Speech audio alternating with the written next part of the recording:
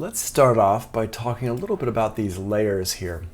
I just want to kind of show you about this layer section here. This is a PDF that you have in Canvas, so you have access to this. You can follow along with it. It's called the Yamaha O2R PowerPoint 2016 PDF. Basically, what I want you to see here is how these kind of layers work. We have all of our 24 channels across the board here, and you have 4 different layers here, 1 through 24, 25 through 48, master, and remote. So here, 1 through 24, 25 through 48, master, and remote channels. So the channel strips have 1 through 8, 9 through 16, 17 through 24. They're divided up into groups of 8. And so 1 through 24 here is input channels 1 through 24. Then 25 through 48 is input channels 25 through 48.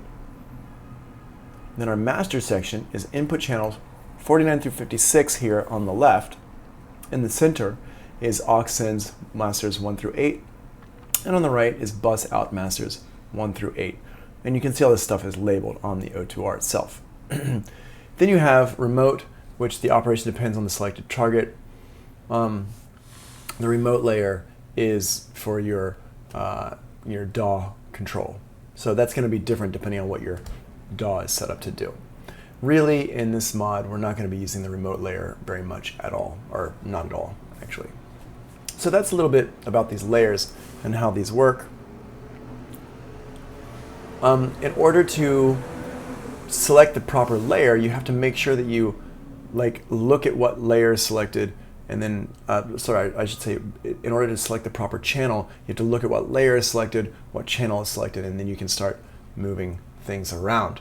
And that's here in the notes for the next group of notes here, the back panel notes, which I'm kind of bouncing around because it's all in the same stuff, but basically life lessons. Think, look, execute. This is a really important thing to talk about. Think, look, and execute. Think, what do I want to do? Look and see what the state of things are, and then execute, do it. So when we're working with the O2R, you're going to want, let's say you want to adjust the level of the vocal on the input path. Well, that's what you think you do. You say, I want to adjust the level of the vocal on the input path. You look and you say, okay, which fader mode is selected and which layer is selected? So I look at my layer and I say, right now, layer 25 through 48 is selected. Well, our input path on our O2R is layer 1 through 24. So I need to push the button for layer 1 through 24. And then I have to look at the fader mode, because our fader mode here has 2 modes for our faders. We have fader mode and aux mode. Aux mode means that the faders are controlling our aux send amount. And fader mode means that our faders are controlling our levels. So what we want to do is we want to make sure that we are in fader mode, make sure we're on the proper layer. And once you do that, then you can execute. You look at it and you go, okay, I want to adjust the level of my vocal. My vocal's coming into channel 1. On the input path, I need to be in layer 1 through 24, and I need to make sure my faders are in fader mode. So I select the right layer and I select the right mode, and then adjust the faders. So you select the proper layer, make sure you're in the correct fader mode, and after that you adjust the faders. Okay. Now this is a lot of stuff to kind of take in and make sure that you're keeping an eye on it all times, but it's really no different from what we do every day, all the time. We take it for granted. For example, think, look, execute applies to so much stuff. Let's say you're crossing the street. What do? You get to the corner and you think, I want to cross the street. So what do you do then? You look both ways. You look left, you look right, you look all the ways, and you say, okay, cool, no cars coming. Then you execute, then you step out into the street. You don't just think, I want to cross the street and just start going. We always look before we cross the street. We look both ways before we cross the street. It's something that's pounded into us from a very young age, because otherwise you're just going to be some stuff in the road. All right. This can be a lot. So make sure that you breathe, all right? Make sure you breathe. I always find that when people get confused or frustrated with the O2R, it's because there's one button they didn't press. And when I go in, when somebody's like, hey, I need help with this, usually I go in and I can just go right to it and I can push the right button, because I've seen so many times people struggling with this. So where to look on the O2R? The layer select, your fader mode, the encoder mode, the aux select. These are places where people constantly make mistakes, not because the people are stupid, but because it's just easy to not look at one of those little buttons. Yeah, it happens to me all the time. I don't use the O2R on a daily basis. I'm too busy teaching other stuff. So for me, I also forget things. And that's why I wrote these notes down to myself, is because when I have them written down like this and I can look back at it, I can say, oh yeah, that's right. The layer select, oh, the fader mode, the encoder mode, the aux select. These things are all very important to make sure that we understand what's going on here. All right, let's go back over here to this one. Just zoom out a little bit here. There we go.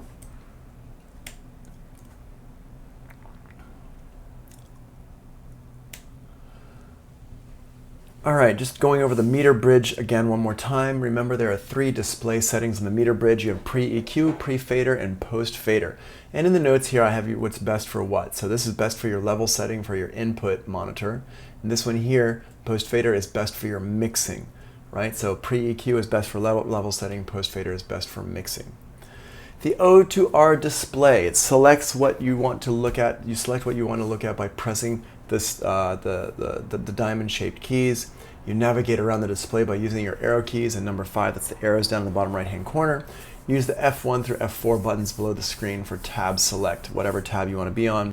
And then you use your encoder knobs 1 through 4 to control things on the screen.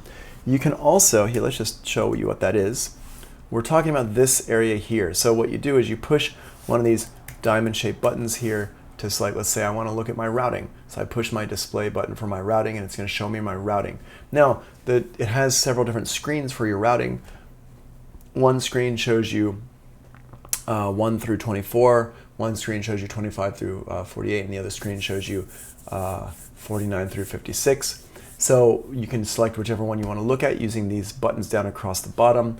Then you can push the buttons up here, or the other way to do it is you navigate to something on the screen using these navigation buttons, and you push the enter button to flip it on and off. Okay.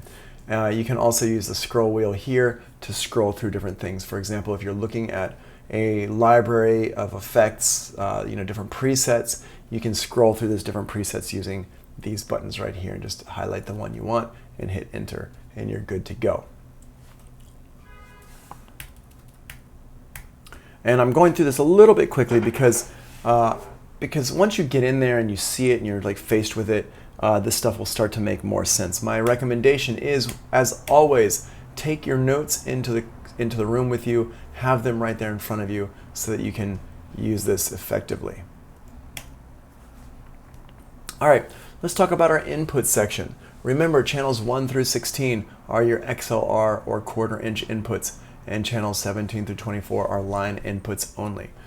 So here 1 through 16 is XLR or line, and then 17 through 24 is line only. If you have both XLR and quarter-inch input, cables plugged in, the quarter-inch will be the input signal. O2R, the XLR will be ignored. The O2R is very similar to your Mackie in that if you have both plugged in, the quarter-inch overrides the XLR.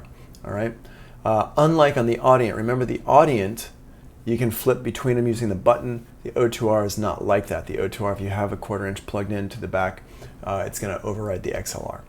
At SAE, we only have XLR cables plugged into 1 through 16. There's no option there for XLR or quarter-inch. You just have XLR, not quarter-inch. And the line inputs, 17 through 24, are quarter-inch inputs, but they're actually not coming from keyboards and stuff like that. They're coming from our DAW, and I'm going to explain that here in just a minute. This is where things start to get interesting in a little bit.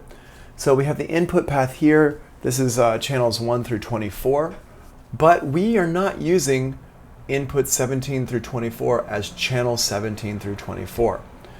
Our O2R at SAE in New York goes up to 1 through 16 on the input path. We only have 16 channels of input on the input path. Now, that might be pretty confusing. It is a little bit confusing, but you will get it eventually. The monitor path, however, is 24 channels. 25 through 48, that's 24 channels. Now what does this mean? It means that we can only record 16 channels at one time, which is plenty. You're not really going to go over 16 microphones at SAE at any one time unless you're doing a really giant session. But it means that we can monitor 24 channels at the same time. So we could have a mix that has 24 outputs coming from our Pro Tools, but we can only record 16 channels at the same time. So you can have 16 into Pro Tools, but we can have 24 coming out of Pro Tools. So you can have like 8 channels of drums and then 16 things that you've recorded at SAE if you wanted to set it up like that. It makes a lot of sense once you wrap your head around it. Right now, some of you might be still scratching your head going, wait, I don't understand that. That doesn't make a lot of sense. But just don't fret about it right now. We can come back to it and keep talking about it and keep talking about it over the next couple of days so that you will understand it. And eventually it'll be like, oh, now I get it. But trust me, you do not need your input path to have 24 microphone inputs or 24 inputs. Really, that's overkill. Most people are just recording vocals or like a few instruments at a time. So 16 is plenty. That's what we have. But you can have a mix with 24 channels coming out of it, and you can mix all 24 channels. So that's what's there. Then we have our effect returns are on 49 through 56. So really what you need to do is you need to just always at SAE in New York be thinking about channels 49 through 56 are your effect returns, and it's set up in a stereo fashion. 49 and 50 are effect number 1, 51 and 52 are effect number 2, 53 and 54 are effect number 3, and then 55 and 56 are effect number 4. Then we have our aux masters 1 through 8.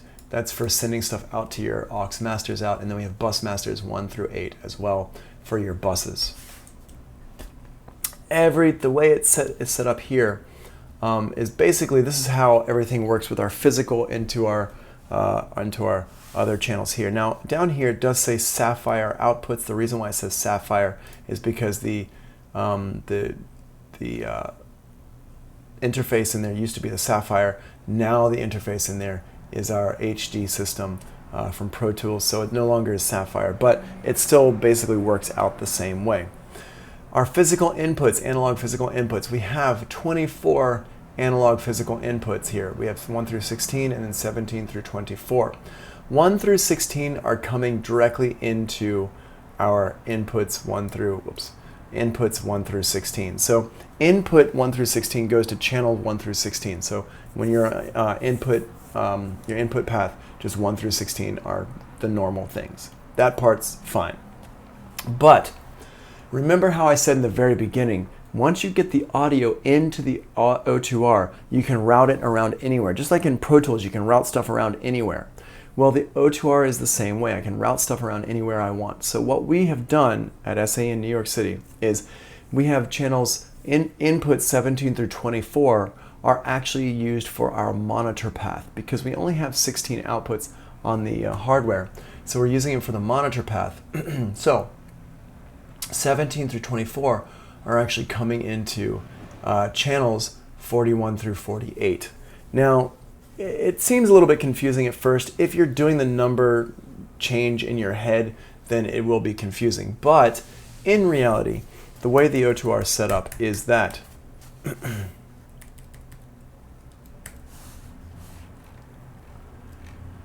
channels 41 through 48 are right on the same channel select as 17 through 24. So it actually just works out. So you don't really have to think about it. Basically, all you have to do is think about like our monitor path is all of these 25 through 48, and it works, and you can see it. Once you start using it, it's not as confusing as it seems. When you're looking at all these pictures and you're kind of like thinking about all this stuff and you're trying to conceptualize it, then it's actually very confusing. But in real life, it's actually not confusing. Once you just kind of start doing it and you're working on it, just remember your input path is 1 through 24, but it's only channels 1 through 16. Your monitor path is 25 through 48, all of them. So that's the only thing you have to keep in mind, is that if you try to think about your input path from the quarter-inch inputs, then you're not gonna get anything really there. Really, those are just for your monitor path only. And then we're going to skip over the section here for right now. It's a little bit confusing, and I'm not sure that it's set up the same way anymore because that HD system is fairly new in that room. Just recently they put it in there, so I actually haven't used it a whole lot. But the reality is that the way we have it set up in Pro Tools is it says ADAT1, ADAT2, or digital 1, digital 2, digital 3, digital 4, and that's really what's going into your board on the back. The reason why it's set up like that is because we have different card slots in this board. And let me just take a minute to show you what this looks like here. This is what the back of the O2R looks like right here. The back of the O2R looks like this. And down in the right-hand corner of the back of the machine, you can see our 4 card slots. So we have card slot number 1, number 2, number 3, and number 4. They're in some kind of wacky order here. I don't really know why it's like that, but that's how it is. You can have different things plugged into the back of this board. You can have analog inputs with extra inputs. You can have quarter-inch inputs. You can have XLR inputs.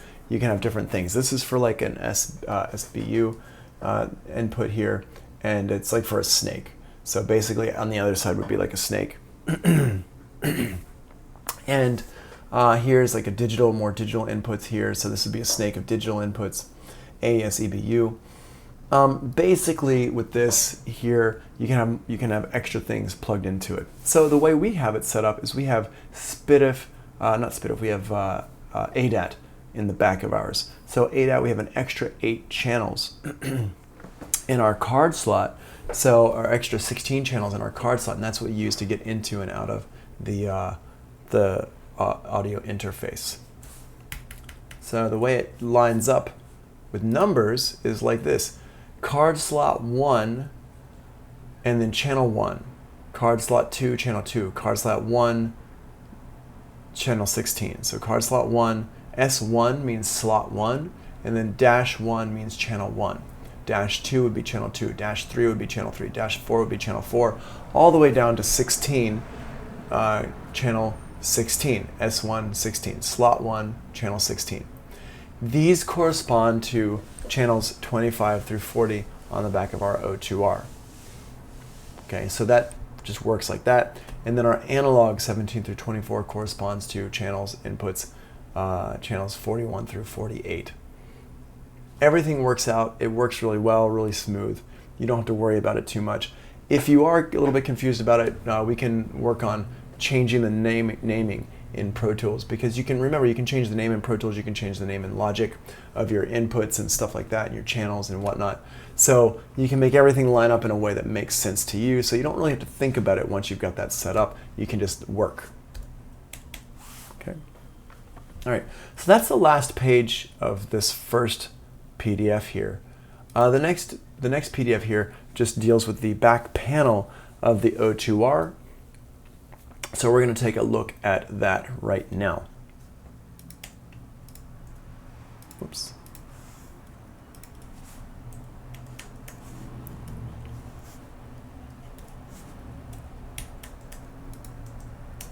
Okay, so same thing we had before.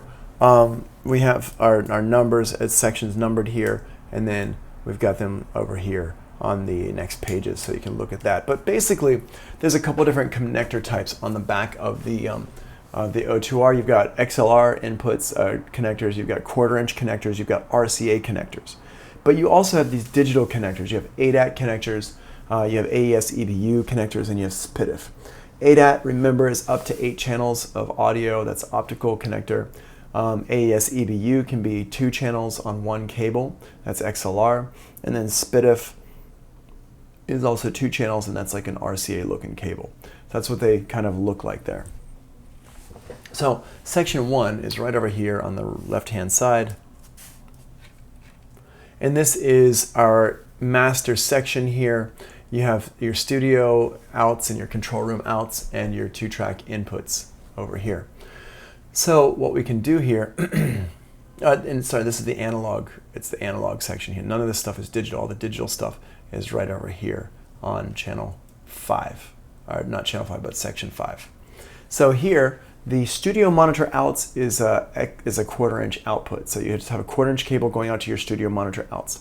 The control room monitor outs are also 1/4 inch. So you just use a 1/4 inch cable for those to go out to your monitors. The stereo out can be 2 different types. It can be an XLR or an RCA. I'm not really sure why they use RCA on this thing, but they do have an RCA on there. So the output can be either XLR or RCA. I recommend using XLR. That's just a better signal. Your 2-track analog in digital, analog in, analog not digital, is number 1 here is your left and right. It's 1/4 inch, and number 2 is RCA. So again, you have 1 and 2 here. You can go out to both of them. You don't have to select which one you're going out to. It's just going to go out to both at the same time. But when you want to listen to it, if you want to monitor to make sure that the signal sounds good on whichever one it is, then you're going to have to push number 1 or 2. And that is on this section over here. How do we get to that? That's over here on number 3. See here these buttons that say 2-track A1 and 2-track A2? Well, that corresponds with these analog 1 and 2 right here. So if you're coming in from your tape machine that's like 1/4 inch, then or XLR input and 1/4 inch output, then you're going to use this right here. If you're coming in from your tape machine that's RCA, then you come in right here. Now this is I think pretty unique to the O2R. I don't think a lot of digital consoles have the RCA inputs, outputs, and I think maybe the reason why they did this was because when the O2R was made in Japan, mini discs and ADAT machines were actually mini discs and DAT machines, digital audio tape machines, were very common. When I lived in Japan, I would go to the store and there'd be just rows and rows and rows of mini disc players that you could play and record with and stuff like that. And it was like a really portable digital kind of recorder. They never caught on in America, so you never really saw them in the United States too much unless you went to a specialty store for stuff.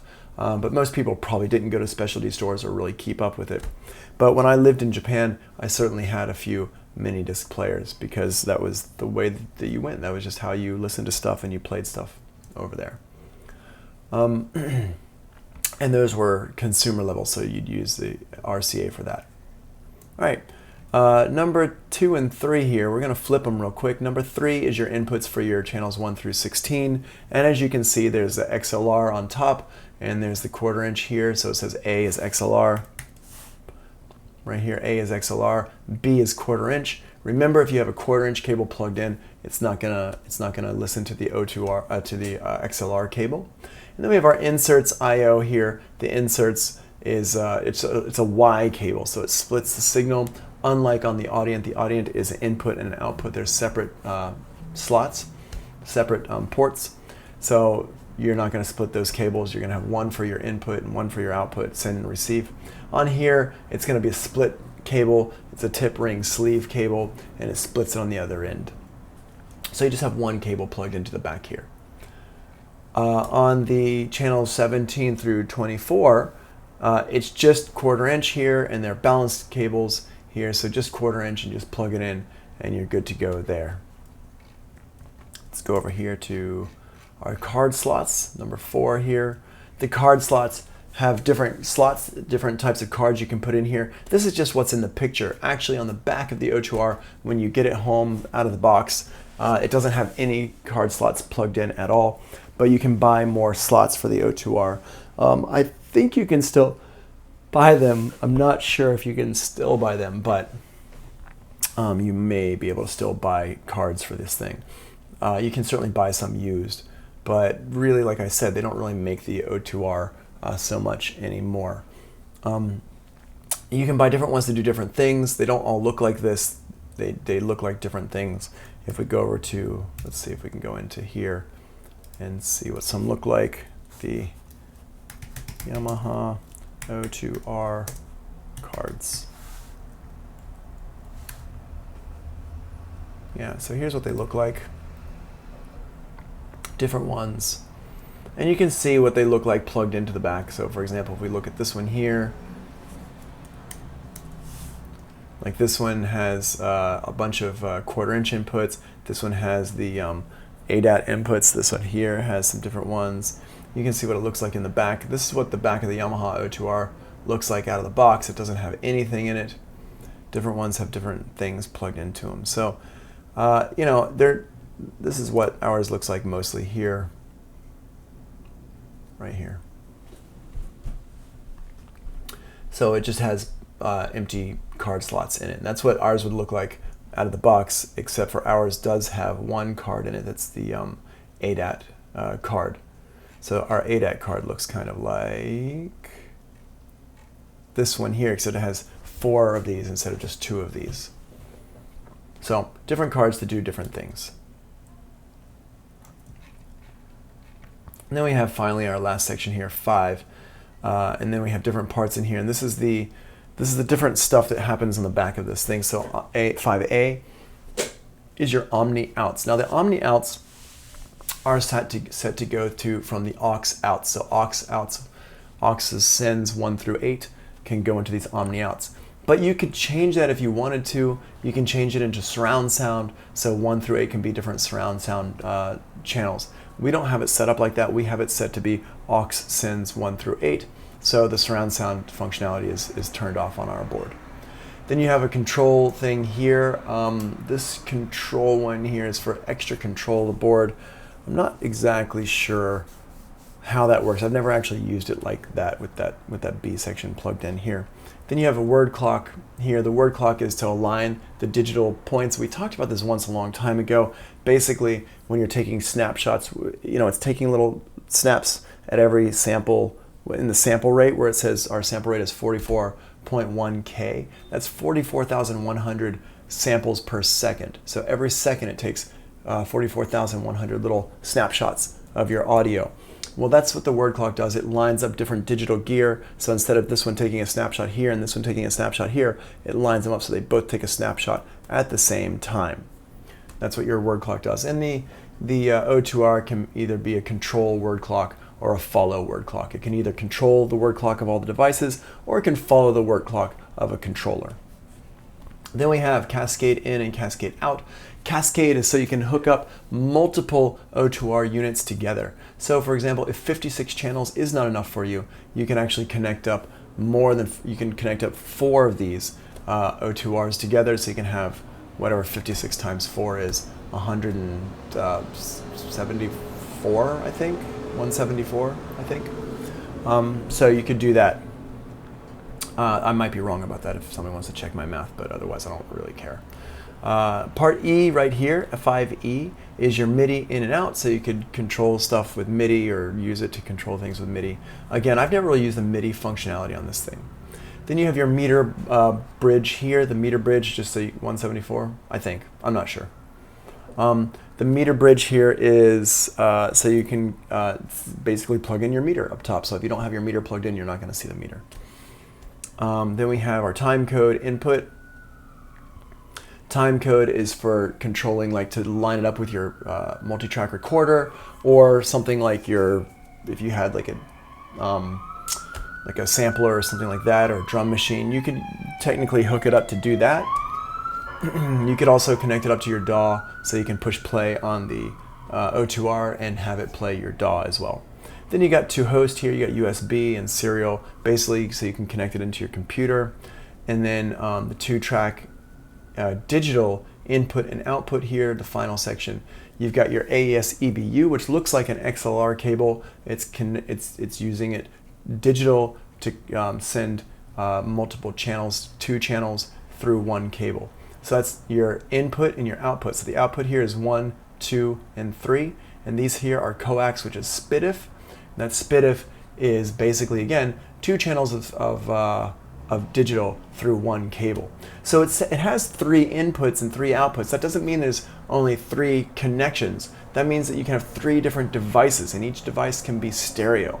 So it's important to remember that digital stuff can use multiple channels at the same time. And that's basically the back section on this thing. It's not super complex. There's just a few things that you have to kind of keep in mind with this. Okay, so we have that there. All right, so let's do this. Let's go ahead. I'm going to go ahead and stop the recording right now.